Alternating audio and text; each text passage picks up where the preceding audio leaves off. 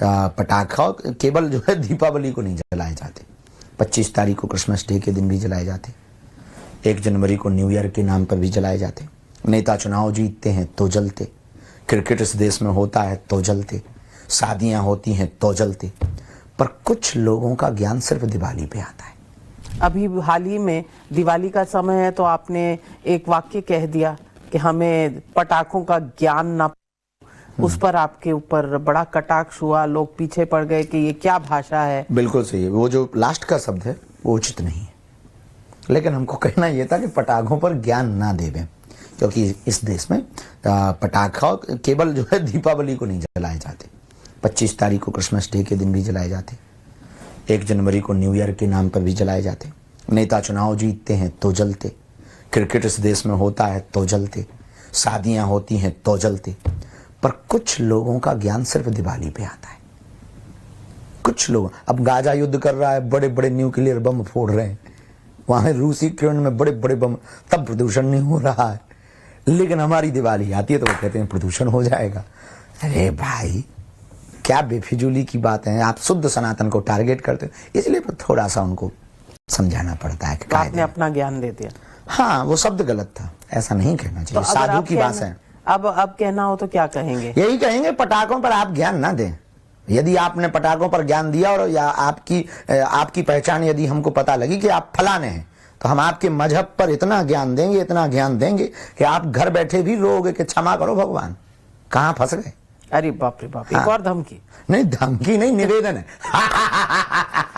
मेरे को तो लग रहा है कि आपसे डरना पड़ेगा। नहीं, डरने की जरूरत, बहुत सीधे आदमी है, जलेबी जैसे। जलेबी जैसे? आप खुद ही कह रहे हैं कि आप जलेबी जैसे सीधे। ये जलेबी पना क्यों है?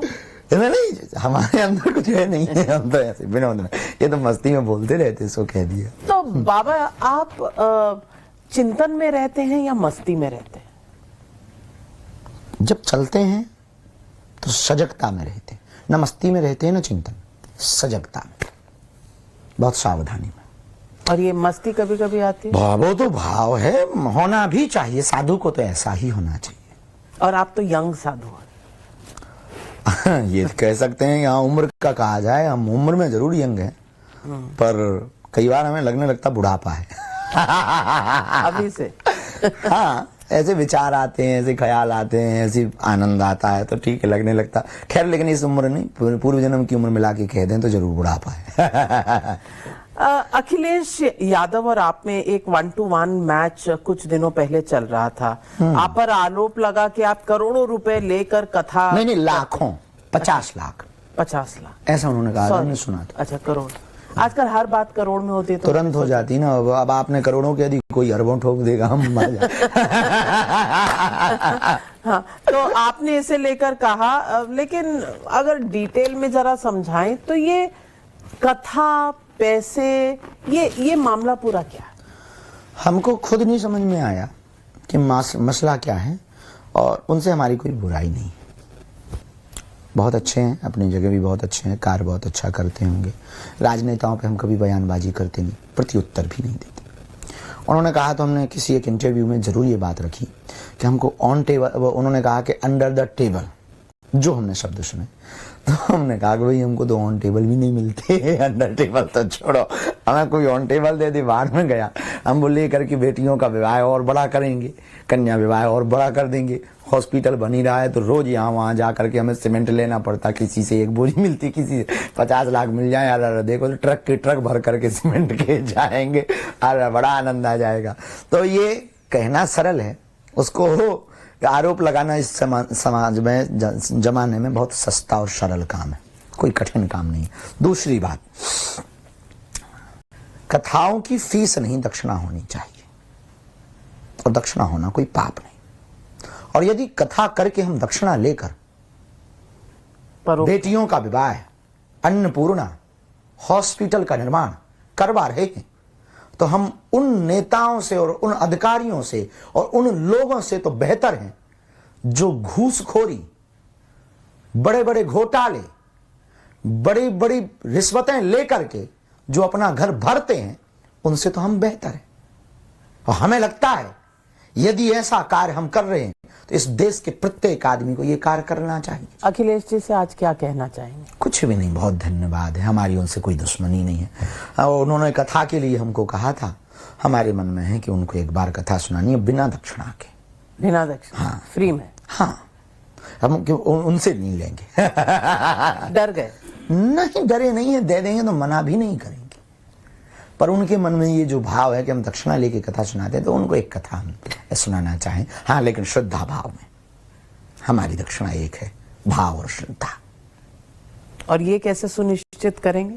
नहीं, वो तो दिखाई पड़ती है, सुनिश्चित करने के तरीके थोड़ी है। जरूरी थोड़ी कि साधु वाला आदमी कपड़े ही पहन करके बैठा हो तो साधु हो, स्वभाव भी तो साधु होता है। आप पदयात्रा कर रहे हैं यहाँ दिल्ली से वृंदावन तक की जी। और ये समय वो है जब बिहार में भी चुनाव है। बिहार में आप पहले से पदयात्रा कर चुके हैं? नहीं, पदयात्रा नहीं, वहां की कथा की।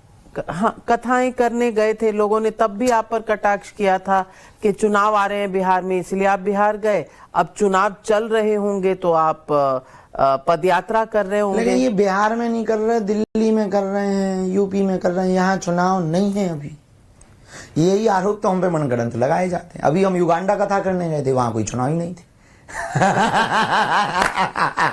लोग हैं कुछ भी, वो तो बाबा को लाल घेरे में लेना है, बाबा को सनातन का काम नहीं करने देना है, बागेश्वर बाबा को डीमोटिवेट करना है, बागेश्वर बाबा पर लांछन आरोप लगा करके इसको घर बैठाना।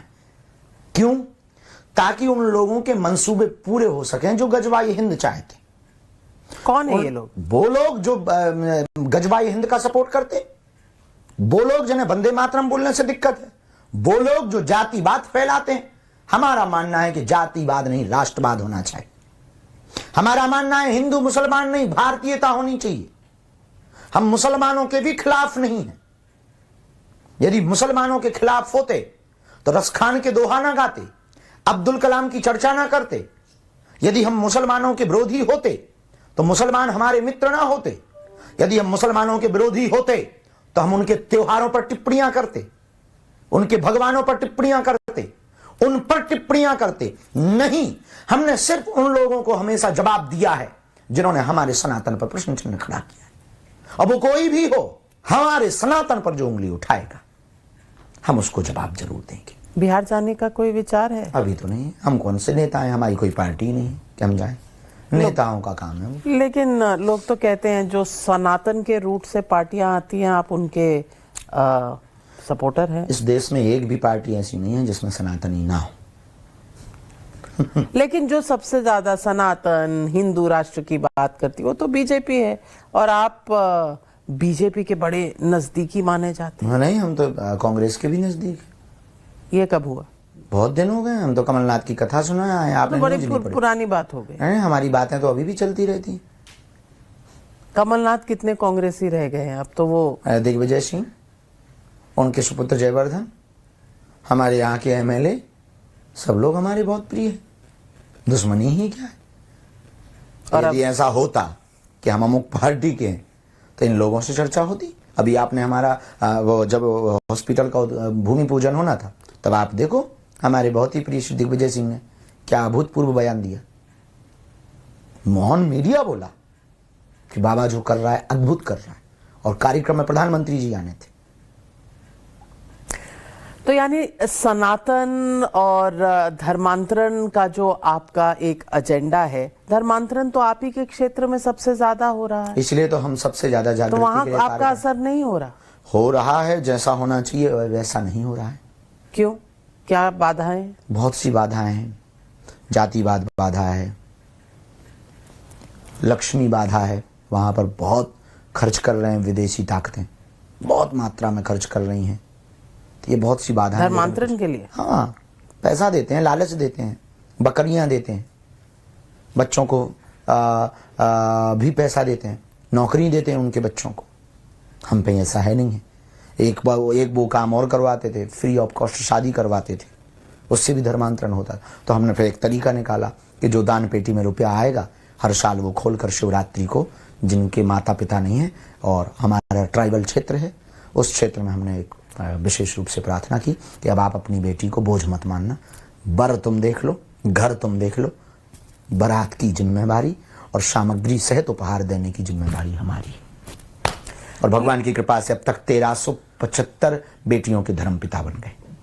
175 1375। हाँ 1375। लेकिन धर्मांतरण का और डेमोग्राफिक चेंज का एक मुद्दा है जो सरकार ने, गृह मंत्री ने कई बार उठाया है। इसका सॉल्यूशन क्या है? इसका उपाय कहाँ से? अमेरिका की तरह एकमात्र उपाय है कि जैसे उन्होंने हवाई जहाज में भर करके डिपोर्ट कर दिए, ऐसे ही किया जाए। ये तो आप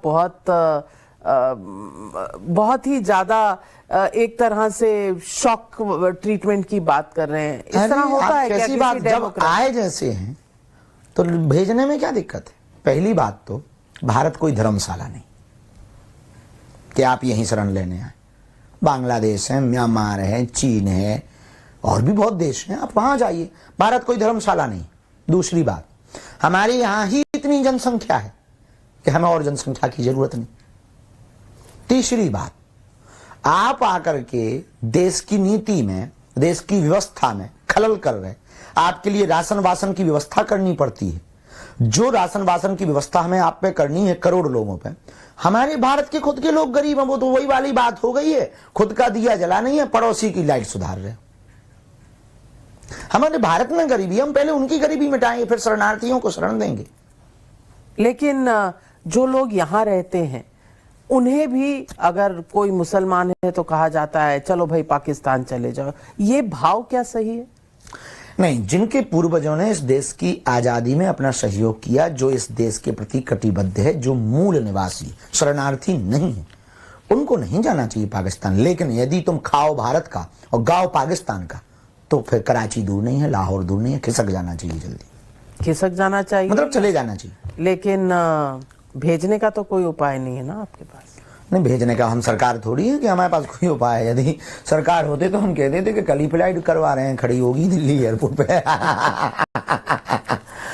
अभी प्रेमानंद जी महाराज के यहाँ आपके वीडियो लोगों ने देखे। आप एक पोटली लेकर गए वहाँ।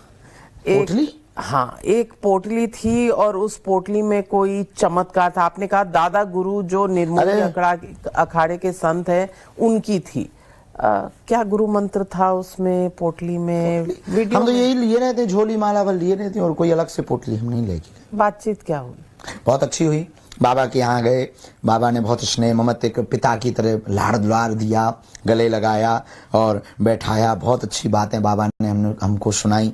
हम उनके स्वास्थ्य को हालचाल जानने के लिए गए थे। इसके बाद में उन्होंने हमको पकौड़ा पनीर के खववाए, चाय पिवाई। बहुत आनंद आया। आध्यात्मिक बातें हुई? बहुत।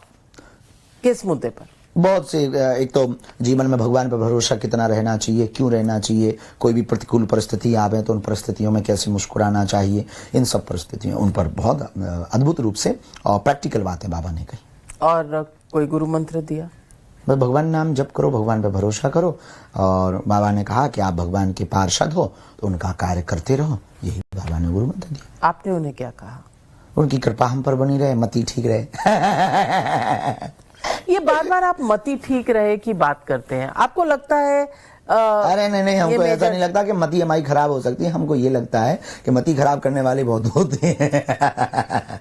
जो आपको लगता है कि कोई आपको ऐसे चुंगल में लेके आपकी मति खराब करने की कोशिश करे? कई बार जब बहुत बड़ा षड्यंत्र होता है तो उसको पार करना कठिन होता है। एक बार एक चाचा ने बकरी खरीदी, वो लेकर के जा रहे थे, तो 4 मित्रों ने एक प्लान बनाया कि अपन को ये लेना है। तो बोले कैसे? तो एक बुद्धिमान था, उसने कहा 1-1 किलोमीटर पे खड़े हो जाओ। तो पहला वाला मिला, चाचा राम राम। हाँ राम राम। अरे ये गधा कितने का लेके आए? तो बोले बड़े मूर्ख आदमी हो, बकरी है कि गधा है, तुम ठीक से तो देखो। अरे काहे को मजाक करते हो चाचा। अब वो चला गया। अच्छा गौर से बकरी को देखें कि सच में गधा तो नहीं हम लेके जा रहे। दूसरे किलोमीटर पर पहुंचे तो दूसरा मिला, तो वो तो पहले से बने हुए थे। तो उसने कहा चाचा ये गधा कहाँ से लाए, बड़ा सुंदर है, हष्ट पुष्ट है। मूर्ख हो क्या, नशा बसा करके आए भांग वांग खा के। ये गधा नहीं है, बकरी है। काहे को मजाक करते हो, दिन में ही मजाक करते हो चाचा। अब वो भी चला गया। अब चाचा को लगा कि कुछ तो गड़बड़ है, एक पागल हो सकता। दो तीसरा मिला, तीसरे किलोमीटर, राम राम, बड़ा छोटा सा प्यारा सा गधा है, कितने का है? चाचा बोले क्या मूर्ख बात है, सबके सब आज पागल ही मिले। अरे बोले पागल काय को, अब गधा को गधा नहीं कहेंगे तो घोड़ा कहेंगे का? अरे बोले बकरी है। अरे काय को चचा। तीसरे में जब जाने के बाद चचा को भी लगने लगा कि हमारी दृष्टि खराब है, ये गधा ही है। और चौथे को जो मिला तो उसको बेच दिया। तो कई बार ऐसे जब षड्यंत्र होते हैं तो सत्य भी असत्य हो जाता है। आप हिंदू राष्ट्र बनाने की बात कर रहे हैं। अब हिंदू राष्ट्र जब आप कहेंगे तो इसमें मुसलमान, क्रिश्चियन कैसे रहेंगे? हमारा देश तो जैसे दुबई में सब रह लेते, दुबई में भी तो सब रह लेते हैं, वहां भी तो सब रहते हैं। हिंदू रहते, यहूदी रहते, पारसी रहते, पाकिस्तानी रहते, बांग्लादेशी रहते, भारतीय रहते। भारत में रह लेंगे, क्या दिक्कत है? लेकिन होना हिंदू राष्ट्र चाहिए। क्यों नहीं होना चाहिए? 1947 में जो बंटवारा हुआ वो मजहब के नाम पे हुआ।